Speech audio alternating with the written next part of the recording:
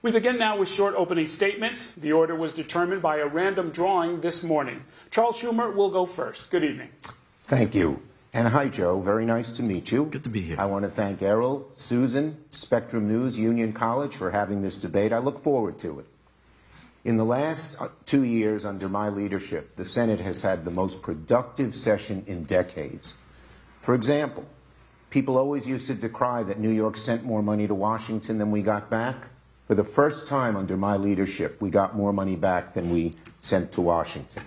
And I'm always fighting for everyday New Yorkers against special powerful interests. So for the first time in a very long time, we've gone after the pharmaceutical industry. They have to negotiate with Medicare.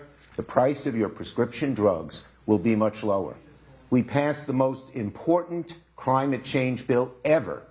And as a result of that bill, heating prices, air conditioning prices, the price of HVAC for your home will go down $1,800, up to $1,800 by 2030. We took on the NRA and for the first time in 30 years beat them and passed successful gun safety legislation. Thank you. My dad's an exterminator, my mom a housewife. I come from Brooklyn. I know the middle class and how it struggles and how people struggle to get there. If you elect me, I promise to produce the same results in the next term. Mr. Pinion.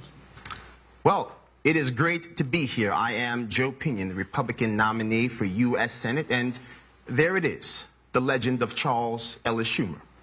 And it's a great one, but I think it's time for us to do some myth-busting, because he is, in fact, an exceptional politician, one of the best that has ever lived. He's a failed senator. He has failed the people of this state on multiple occasions. People have referred to this as a David versus Goliath fight, and perhaps they are correct.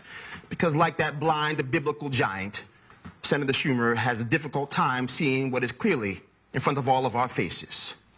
You have the exterminators, like his father, having a hard time making the ends meet.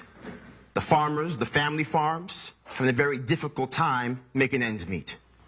41-year high for inflation that is crippling all people. Seniors like my mother, terrified of the mailman because they think the electric bill is going to give them a heart attack. This is not a legacy of success. From my perspective, it's a legacy of failure. Thank you, Mr. Pinion.